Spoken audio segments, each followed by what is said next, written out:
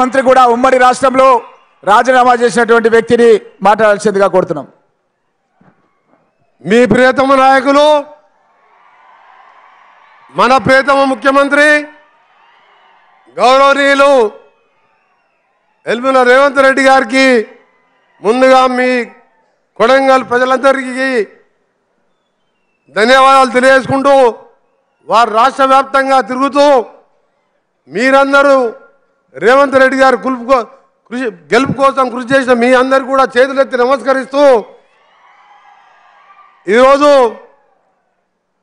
మన ముఖ్యమంత్రి గౌరవ ముఖ్యమంత్రి గారు ముఖ్యమంత్రి అయిన మొదటి రోజు నుంచి రెండవ రోజే మూడవ రోజే మన చెప్పిన కార్యక్రమాలతో చెప్పిన ప్రణాళిక మహాలక్ష్మి కార్యక్రమంగానో దాదాపు నేటికి సమ్మక్క సారక్క జాతర ఇవాళ మొదలవుతుంది.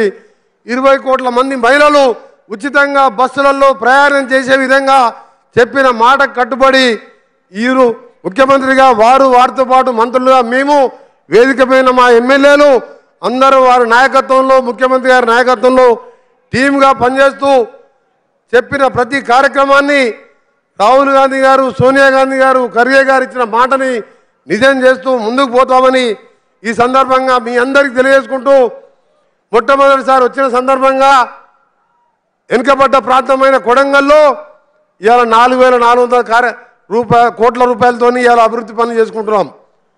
మీరందరూ కూడా ఒకసారి ఆలోచించాలి. వారు శాసనసభలో ఎమ్మెల్యేగా తెలంగాణ కోసం ఆ రోజు గవర్నర్ ప్రసంగంలో ఆ రోజు మేమందరం కలిసి ఏ విధంగా కొట్లాడినో చూసినాం. తెలంగాణ వచ్చిన తర్వాత ప్రతిపక్ష ఎమ్మెల్యే అయినంత మాత్రాన ఇవాళ కొడంగల్ 10 ఏళ్లలో ఎట్లుందో అదే విధంగా ఉన్నది.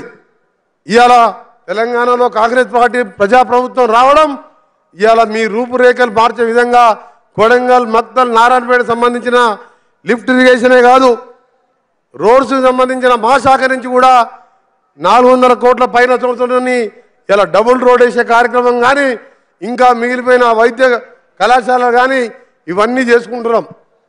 మన దురదృష్టం ఏంటంటే 10 సంవత్సరాలు తెలంగాణ ఇచ్చిన కాంగ్రెస్ పార్టీ ఇవాళ గజ్వేల్ సిరిసిల్ల సిద్దిపేటకే అభివృద్ధిగా నోచుకుంది తప్ప ముఖ్యంగా మహబూబ్నగర్ లాంటి వెనుకబడ్డ జిల్లా నల్గొండ జిల్లా ఫ్లోరైడు ముట్టుకుంటే భయం నీళ్లు తాగాలంటే భయం అలాంటి జిల్లాని పక్కన పెట్టిండు.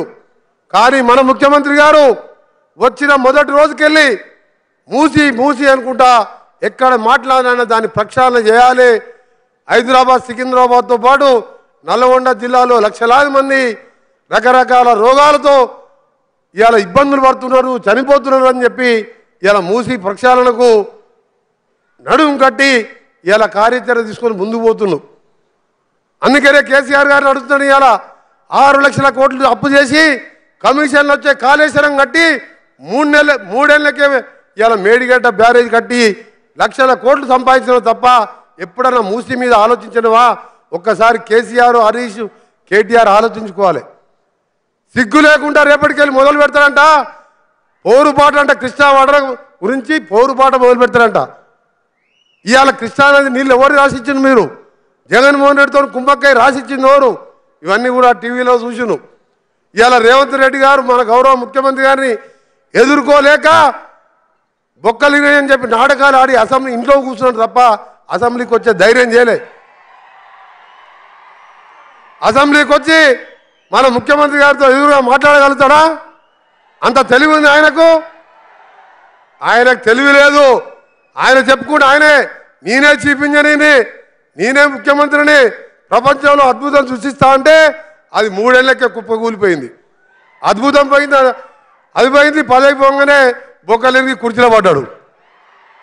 ఆయన వచ్చి రేవంత్ రెడ్డి గారితో కొట్లాడాలని మొక్కలు లేక హరీష్ రావు ముందు పెడతాడు. హరీష్ రావు దగ్గర ఏమున్నది? ఆయన చెప్తాడు ఇంట్లో ఉంటాడా? ఈయన పైసలు వర్కులు ఇస్తే ఆయన దగ్గర కమిషన్ తీసుకొచ్చి ఈయనకు అప్పచెప్పాలి. ఆయన మరి ఆయనతో మాట్లాడాలి. అందుకనే సోదరులారా మన కేటీఆర్ గారు కూడా గతంలో ఒక మాట అన్నాడు. రేవంత్ రెడ్డి గారు మా కేసీఆర్ కాలి గోటికి సరిపోరంటే తెల్లారి నేను మాట అన్నా. కేసీఆర్ గారు కాంగ్రెస్ టీడీపీ పుణ్యవాణి మంత్రి డిప్యూటీ స్పీకర్ అయితే నువ్వు బటాబటి 80 ఓట్లతో ఎమ్మెల్యేగా అయినావు. మా జడ్చర్లకి వెళ్ళి మన మిడ్జిల్కి వెళ్ళి ఇండిపెండెంట్ జడ్పీటీసీగా ఇండిపెండెంట్ ఎమ్మెల్సీగా ఎమ్మెల్యేగా ఈరోజు సొంతంగా ముఖ్యమంత్రి అయినరు. నీ కుటుంబం మొత్తం కూడా ఇవాళ మా రేవంత్ రెడ్డి మా ముఖ్యమంత్రి గారి ఎడమ గారి గోటికి కూడా సరిపోరే ఒక మాట చెప్పిన. అందుకనే సోదరులారా మీ అందరికీ కూడా ఒకటే చెప్తున్నాం, తప్పకుండా ఈరోజు మీరు ముఖ్యమంత్రి గారి నాయకంలో టీమ్గా పనిచేస్తూ 12-13 స్థానాలు గెలిపించి సోనియా గాంధీకి కానుకగా ఇచ్చడానికి మీరందరూ కూడా నడుము కట్టాలి. అందరూ కూడా ఒకటే విజ్ఞప్తి చేస్తున్నాం. వాళ్ళలాగా తొందరలాగా లేదు, ఇలా ప్రతి విషయంలో ఆలోచించి నిర్ణయం తీసుకుంటున్నాం. మన ముఖ్యమంత్రి గారు ఏ విషయంలో నాకు ఒకటే చెప్పిండు, ఇవాళ అవుటర్ రింగ్ రోడ్తోని ఇవాళ హైదరాబాద్లో ఎయిర్పోర్ట్ మనమే కట్టినాం. రాజశేఖర రెడ్డి గారు ముఖ్యమంత్రిగా ఉన్నప్పుడు అవుటర్ రింగ్ రోడ్ మనమే వేసినాం, పివి నరసింహరావు ఎక్స్ప్రెస్ వే వేసినాం. అందుకనే ఇవాళ పెద్ద పెద్ద కంపెనీలు వచ్చి లక్షల మంది ఉద్యోగాలు వచ్చిన ఐటీ ఉద్యోగులు అన్నారు. నువ్వు ఎట్లానే చేసి RRR రోడ్ గురించి మొత్తం పూర్తి చేస్తే అదొక హైదరాబాద్ గేమ్ చేంజర్ అయితే ఇవాళ సూపర్ గేమ్ చేంజర్గా 70% తెలంగాణ ఆ రోడ్డుతో మన తెలంగాణ ముఖ చిత్రం మారిపోద్దని చెప్పిండు. అందుకని నిన్న గడ్కరీ గారిని కలిసినాం, అన్నీ ఒప్పించుకున్నాం. ముఖ్యమంత్రి గారి నాయకత్వంలో త్వరలోనే టెండర్లు పిలిపించి రీజనల్ రింగ్ రోడ్ కూడా పూర్తి చేస్తామని వచ్చే 3-4 సంవత్సరాలు దాన్ని కూడా పూర్తి చేసి తెలంగాణ అభివృద్ధిలో ఉంటాం.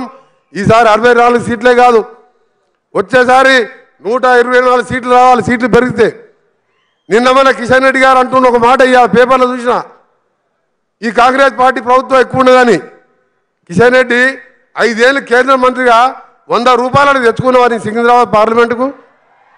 నువ్వు చేతగారి మినిస్టరు, మూసీ గురించి ఆలోచించినవా? కేంద్ర ప్రభుత్వం నీ చేతుల్లో ఉన్నది.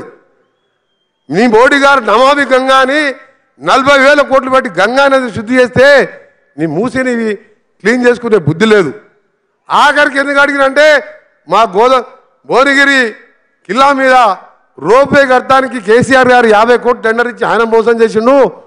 నువ్వు ఒక 200 కోట్లు ఇవ్వయా టూరిజం మినిస్టర్ అని చెప్పి 3 సార్లు తిరిగి గంట సేపు బదిలాడితే 4 ఏళ్ళు అయింది తప్ప 200 కోట్లు ఇవ్వలే. ఆయన మాట్లాడుతున్నాడు కాంగ్రెస్ పార్టీ ఎక్కువ రోజులు ఉండదని.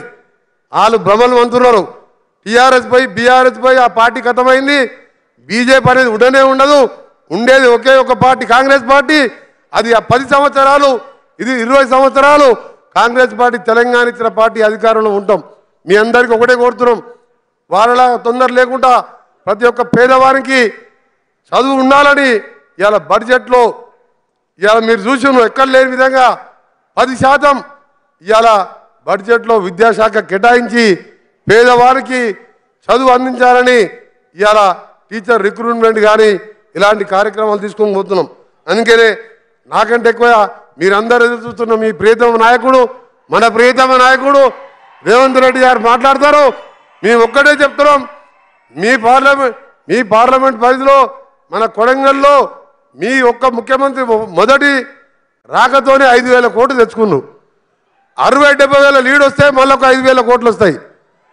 అందుకని 60-70 వేల మెజార్టీ తీసుకొచ్చి మీ పార్లమెంట్ మీ ముఖ్యమంత్రికి మన ముఖ్యమంత్రికి మేమందరం అండగా ఉంటాం.